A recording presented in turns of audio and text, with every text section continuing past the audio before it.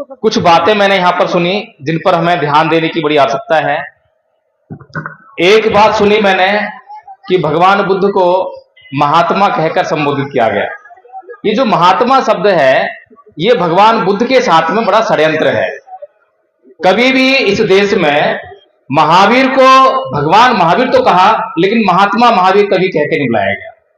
महात्मा इसलिए कहा गया भगवान बुद्ध को क्योंकि भगवान बुद्ध के धम्म के 3 आधारभूत तत्व हैं, दुख, अनत्त और अनित्य। जिसको हम अनत्त कहते हैं वो हिंदुओं का जो है आत्मा है। अब भगवान बुद्ध ने अनंत कहा, यानी कि जिसको मैं सेल्फ कहता हूं, सेल्फ जैसा मेरे भीतर कुछ भी नहीं है, भगवान बुद्ध ने उसको नकार दिया, ऐसा कुछ है नहीं। अनंत कहा, अनात्म कहा। तो भगवान बुद्ध के साथ में महात्मा शब्द को जोड़ना और महात्मा बुद्ध कहकर प्रचारित करना, ये भगवान बुद्ध की जो विचारधारा है, जो उनका सिद्धांत है, उनको दबाने दफनाने करने का एक प्रयोजन है। दूसरी बात ये कि भगवान बुद्ध को भगवान कहने में शायद कुछ लोगों ने आपत्ति जाहिर की कि भगवान बुद्ध ने स्वयं भगवान होने से इनकार किया कि मैं भगवान नहीं हूं। नहीं, ऐसा नहीं है। भगवान बुद्ध भगवान थे, वे ईश्वर नहीं थे। जो दूसरे लोगों का जो शब्द है वो ईश्वर है, लेकिन जो बौद्धों का जो शब्द है भग्ग रागो भग्ग दोषो भग्ग मोहो, जिसने राग का भगन कर दिया हो, जिसने द्वेष का भगन कर दिया हो, जिसने मोह का भगन कर दिया हो, वो भगवान है। अब इस परिभाषा को लेकर जरा ढूंढिए कौन कौन भगवान है। जिन लोगों को लोग भगवान कहकर संबोधित कर रहे हैं, क्या इस परिभाषा पर वो खरा उतरते हैं? खरा उतरते भगवान कह लीजिए, नहीं उतरते तो छोड़ दीजिए, लेकिन भगवान बुद्ध उतरते हैं। नमो तस्य भगवतो अरहतो सम्मा सम्बुद्धस्य। मैं उन समय संबुद्ध को नमन करता हूं जिन्होंने अपनी इच्छा हो इंद्रियों पर पूर्णतया नियंत्रण स्थापित करके अपने भीतर से काम, क्रोध, मोह, लोभ, द्वेष, तृष्णा, ईर्ष्या, राग इत्यादि को निकाल बाहर कर दिया और अपने चित्त को परिशुद्ध कर दिया। तो ऐसे महामानव को जो गुणों से परिपूर्ण है, जिसने अपने चित्त को परिशुद्ध कर लिया है, तो उसे भगवान नहीं कहो तो किसे कहोगे? तो ये सोचने वाली बातें हैं। हालांकि मैं तो आपसे पूछना चाहता था कि हमारे महापुरुषों ने एक हमें लक्ष्य दिया। वो लक्ष्य था भारत को बौद्धमय करना है, और मुझे लगता है कि यहां जितने भी लोग आए हैं सभी यह चाहते भी हैं कि हाँ भारत बौद्धमय हो, लेकिन भारत बौद्धमय कैसे हो शायद इस पर कोई नहीं सोचता है। अगर इस पर हमने सोचना शुरू किया होता तो मुझे लगता है कि हमने उसके लिए एक योजना बनाई होती। बिना योजना के कोई भी कार्य करेंगे तो वो कार्य पूरा हो जाएगा, इसकी संभावना मुश्किल है, बहुत मुश्किल है। इसीलिए तो सन 56 में बाबा साहेब ने बौद्ध धर्म ग्रहण किया, हमें भी आदेश किया कि बौद्ध बन जाओ, लेकिन उसके बाद भी 70 साल हो गए, लेकिन हम लोग ना तो खुद बौद्ध हो पाए और ना ही भारत को बौद्ध में कर पाए। अब भारत को बौद्ध में करने की जिम्मेदारी किस पर है? क्या भारत को बौद्ध में हिंदू लोग करेंगे या मुसलमान करेंगे, ईसाई करेंगे? जाहिर सी बात है कि भारत को बौद्ध में भारत के बौद्ध ही करेंगे। तो भारत को बौद्ध में करेंगे कैसे? अगर मैं किसी आदमी को उसके हाथ में एक मोबाइल थमा दूं और बोल दूं जाओ इसको बेच के आओ, बेच आएगा क्या? नहीं बेच के आएगा, उसे पता ही नहीं मोबाइल का क्या स्पेसिफिकेशन है, क्या खासियत है, क्या नहीं। लेकिन अगर मैं एक आदमी की मोबाइल के बारे में सारी विशेषता बता दूं, ट्रेनिंग कर दूं अच्छी तरह से, तो वो आदमी बहुत जल्दी बहुत सारे मोबाइल बेच आएगा। सेल्समैन, एक अच्छा सेल्समैन जिस चीज को सेल करने की उसको ट्रेनिंग दी जाए तो उसको बेच देता है। इसी तरह से जो हम लोग बौद्ध हैं, क्या हमने भगवान बुद्ध के धम्म का प्रचार प्रसार करने की ट्रेनिंग ली? नहीं ली। अब ट्रेनिंग नहीं ली, हम बौद्ध भी नहीं बने, तो और हमारे ऊपर जिम्मेदारी है, बाबा साहब ने कहा कि भारत को बौद्ध में करना है, तो कैसे बौद्ध में होगा? तो ये बड़ी भारी समस्या है। इसी समस्या पर गौर करते हुए, विचार करते हुए हमने सोचा कि कुछ लोगों से बातचीत की जाए जो समाज के विद्वान लोग हैं। लेकिन देखा कि समाज का जो बुद्धिजीवी वर्ग है वो वेंटिलेटर पे है, अंतिम सांसें गिन रहा है और ऑक्सीजन सिलेंडर भी मौजूद नहीं है, बहुत बुरी हालत में है, क्योंकि उसे समाज का जो दुख है, दर्द है, समाज के जो महापुरुषों का जो उद्देश्य है वो दिखाई नहीं देता। उस संविधान दिखाई दे रहा है, आरक्षण दिखाई दे रहा है, ईवीएम दिखाई दे रहा है, उस सब कुछ दिखाई दे रहा है, लेकिन बाबा साहेब ने कहा कि भारत को बौद्धमय करना है, वो लक्ष्य दिखाई नहीं दे रहा। कभी कभी कहते हैं कि भगवान बुद्ध समाज सेवक थे, उन्होंने जातिवाद खत्म किया, लेकिन मैं कहता हूं कि भगवान बुद्ध केवल और केवल मानवता के सेवक थे। उनका धर्म का विषय केवल और केवल मनुष्य है, पंथी जीवता कर गए हैं। बाकी की चीजें बाई प्रोडक्ट है। बाई प्रोडक्ट क्या होता है? जैसे कि हम एक दरवाजा बनाने के लिए लकड़ी लेकर आए, अब लकड़ी लेकर आए, दरवाजा बना लिया, दरवाजा बनाने के बाद उसमें लकड़ी बच गई, उसमें से स्टूल बन गया। अब जो स्टूल है वो बाई प्रोडक्ट है। उद्देश्य क्या था? उद्देश्य था उस लकड़ी से दरवाजा बनाना, लेकिन उसमें स्टूल और मिल गया। तो ऐसी भगवान बुद्ध का धम्म है। जब ये भारत बौद्धमय करने की तरफ आप अग्रसर होगे तो उसके बहुत सारे बाई प्रोडक्ट आएंगे। आपको राजनीतिक सत्ता भी मिलेगी, लेकिन कुछ राजनीतिक लोग हैं आपको कहते हैं कि राज सत्ता आएगी तो धम्म भी आएगा। गलत क्या? सत्ता को प्राप्त करने के लिए बाबा साहेब ने कहा कि गैर राजनीतिक जड़ों को मजबूत करना पड़ेगा। सामाजिक और धार्मिक आंदोलन ही हमारी राजनीति के लिए एक मजबूत आधार बन सकते हैं, लेकिन हम लोगों ने तो उल्टा कर दिया। आरएसएस को देखिए, आरएसएस की स्थापना 1925 में हुई, लेकिन क्या उसने राजनीतिक पार्टी बनाई? नहीं बनाई। और उस वक्त भारत में कौन से लोग बहुत मात्रा में थे? क्या मुसलमान थे, ईसाई थे, बौद्ध थे? नहीं, हिंदू ही थे। उसके बावजूद उसने क्या काम किया? उसने अपनी जो ब्राह्मणवादी जो मानसिकता है, जिसको मनुवादी कहते हैं, उसके प्रचार प्रसार के लिए संगठन तैयार किया, आरएसएस। और राजनीतिक पार्टी ने बनाई।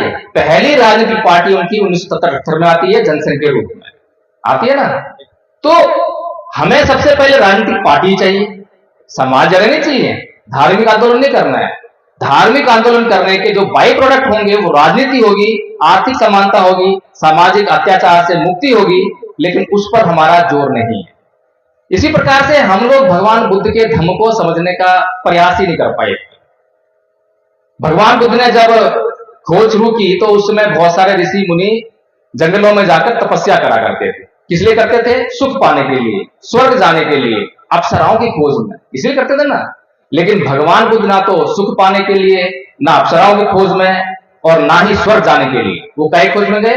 वो गए दुख की खोज में, कि भाई दुख खोजाएगा, दुख क्या है, दुख का पता लगाओ। तो जब दुख को खोजने गए तो पता लगा कि जाति की दुखा, जरा की दुखा, व्याधि की दुखा, मणाम की दुखा, शोक परिदेव दो मनस्वी पाया सापी दुखा, ये ही विपयोगो दुखा, अप्ये ही संपयोगो दुखा, यम क्षण लवती तंपी दुखन, संखतेन पचपादान खंदापी दुखा। जन्म लेना दुख है, मरना दुख है, बुढ़ापा दुख है, रोग दुख है, प्रियजनों का बिछुड़ना दुख है, अप्रिय जनों का मिलना दुख है। कुल मिलाकर ये जो 5 स्कंदों से निर्मित शरीर है, ये दुखों का घर है। भगवान बुद्ध ने पहले दुख को डिफाइन किया। जब दुख को डिफाइन कर लिया, दुख को खोज लिया, तो फिर क्या करेंगे? कोई पास में रखने वाली चीज थोड़ा है दुख। दुख को तो दूर करना है, त्यागना है, छोड़ना है। तो दुख का कारण क्या पता लगाया उन्होंने?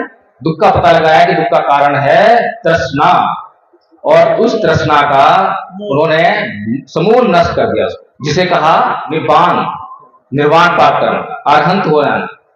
तो उस स्थिति में जो सुख मिलता है, उसकी जो खोज में थे भगवान बुद्ध, वो मिली।